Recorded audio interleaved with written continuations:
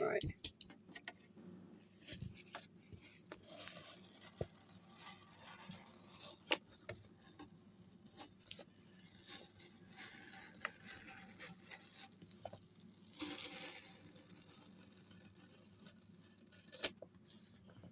Is that gone all the way through? No. Almost. Right, so what I don't want to end up happening is having to cut. I need to go along the same line again. Carefully. It just wasn't very easy to cut, you know. Even with scissors. It was quite thick. But then at the same time... Well, maybe you could have used a cutting board. If I had one, I don't have one. Like a cutting mat.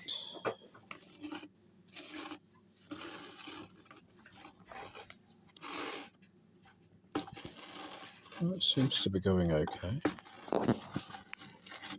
So I saw it on TV, but what they were also having to do is use like an extra adhesive on it to get it to stick. So my worry was that like it was spray glue. like a spray glue, but I've used spray glue before and I wasn't impressed.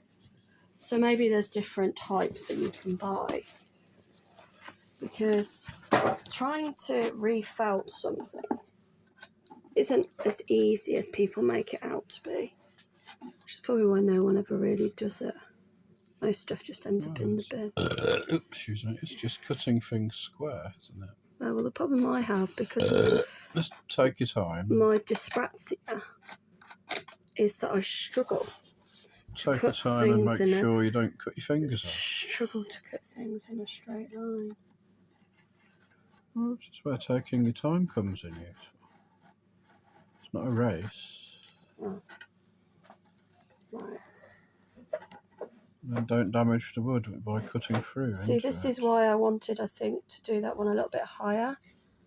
So I might put some trimming around this, just on the safe side.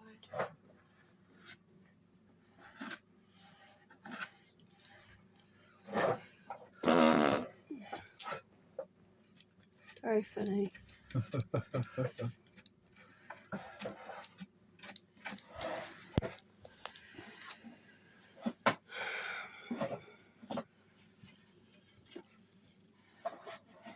Yeah, I tried really, really hard when I did this to not have any, like,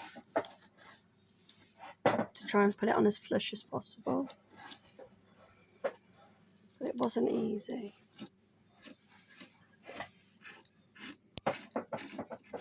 You're supposed to be filming me cutting, not my face.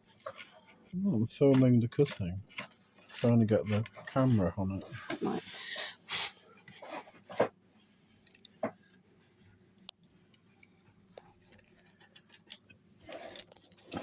The thing is, they make these jobs look so easy online, but no one really realises how hard they are. They have editors and it takes so much practice. probably do several takes as well. And then I think I've already got felt for the drawers, but with those, they're just going to go in. They're not going to be glued. It's just going to be loose. I'm tweening the drawers then on. Are you? Yeah, with this. So I may I'm have to tweening it with this.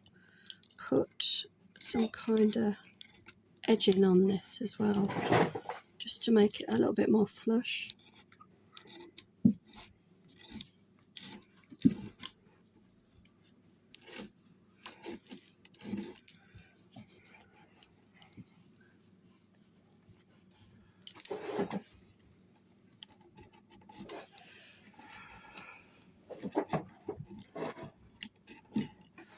Maybe if you want more clicks on your YouTube, you need to get a bit more cleavage into this. Haha, very funny. Doesn't work for my channel though.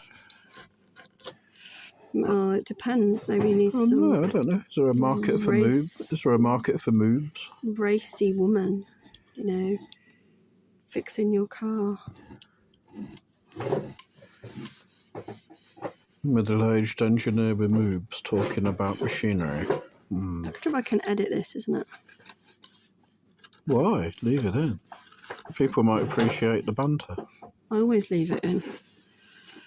I very rarely edit any of my videos. Editing takes time. Oh, at least you've got your nails looking nice. Don't scratch the wood though. Don't leave knife marks in the wood for people to see. You just want to cut the felt.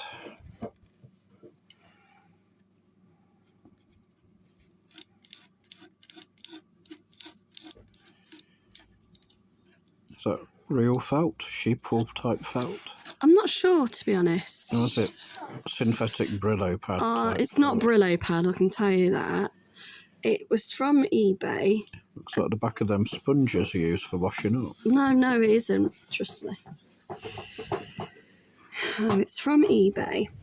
And, Oh, made in China. Much cheapness. probably, yeah. Yeah. And it's supposed to be, like, self-adhesive to make it easier to reupholster. But it's not the most easiest material to work with, to be honest. You can already get it pre-cut if you know what size you need. But for me, because obviously I work with different size units, it pays for me to buy it on a roll. Mm-hmm. And then cut it myself. Look at the jointing on this. So it's all sort of slotted in. The jointing on this box is actually quite good. If Lachlan brings over one of the... Bring me over one of the drawers, darling. Yeah, it's just... The one I has cleaned. No, they don't need cleaning. If you look... Yeah, just pop one in so people can see. They are proper, like... Oh, you mean like dovetails on the corners? Dovetailed on the corner. Hold it still, let's have a look. There's proper joints. No, they're nails. Oh, well, they're nailed. Is it nailed to it? Yeah, why use a dovetail when you can just bang a nail in? Right, okay. Yeah, it's not So... premium carpentry. Oh, right, okay. But at least I've cut the thing straight. So, yeah, that's how it goes in. So I just need to put the... But for, a 1930s Depression-era filing tray system, it's quite good. this one actually still has the maker's mark in. If you pass me the drawer, Lachlan, that's got the name of the company on... This one. It'll have the name of the company on it, darling. This one. Pick it up, show me. Here you go, little helper over here. This. No, not that one. There's 4 drawers in this one. Pass me the other one. Oh, there we go. Pass it here. No, it's the last one. It's always the last one, isn't it? Pass me the last one. Always. This one's back to front, I suspect. It doesn't matter at the moment. Pass it here. Pass it to Mommy. You've not took it out, have you? Was it the first one off? Apologies. Have you lost it? Lost it. You've not pulled it out, have you? Right, take those 2 back. And watch your fingers. There's a lot of messing There about. it is, sorry. There we go, look, right It's there. here, it was the first one I put in. I've tried to leave that stamp in deliberately because it actually gives you the name of the company that made the box. It says supplied for the public service. And that is a King George era crown. That's the King's crown rather than the Queen's crown. So, It's certainly pre-1952 anyway. And it's civil service furniture. Originally, that was actually layered with paper, but because it had been obviously used over time, it had become quite greasy and stained. So it was better to just remove it. But I didn't want to remove the name of the actual company that manufactured the product. Well, the company name's not there. It just says supplied for the public. Okay, supplied for the public services. Okay.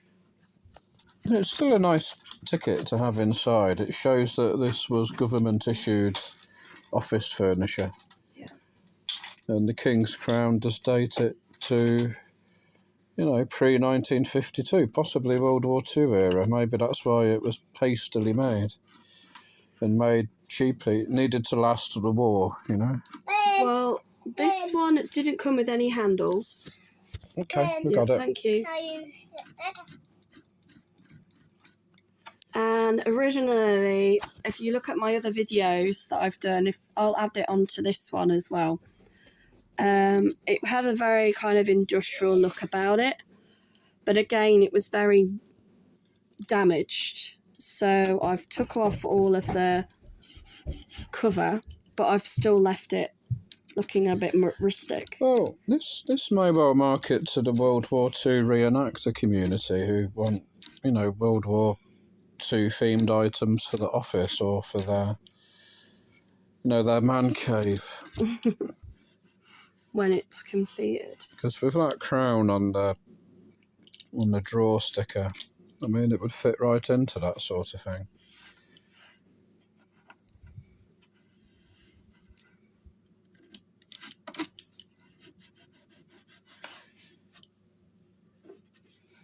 Right, there. Still not 100% happy with that. Well, because of the way it's come on. You still record it? Of course I am. Why wouldn't I be? I don't know. I'm just not You happy said with record it. me doing this, so I'm recording you doing this. I mean, it's still... I might have to put, some kind of edging on the outside just to... But what I'm just going to leave that as it is inside, I think.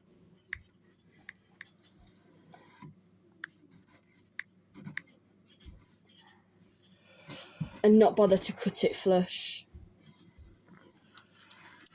So, yeah, your Form 27B/6 may well have been stored in these drawers. So I think I might just leave that like that, just so that it's overlapping a little. Yeah, you can get away with that. And this a biscuit. But you can see how, at the back, it's still actually got the original paper on, and I've just left that on. Because otherwise I would have literally had to have took the whole thing apart to get to it. Yeah, no one's going to notice that. And I just thought it was a bit pointless. It looks tidy enough. And then the top, obviously I just need to... A couple of cobwebs. Strengthen it because it's got a few cracks in. Yeah, it's almost like shipping crate material. The stuff the tea crates used to get made out of. I'm quite happy with that bit. But I still might put and some of the ration crates were made out of this sort of gauge of ply. So maybe that's the origin story for this. Of course, the felt on the base will just stop it scratching a more expensive tabletop. Drawers, please.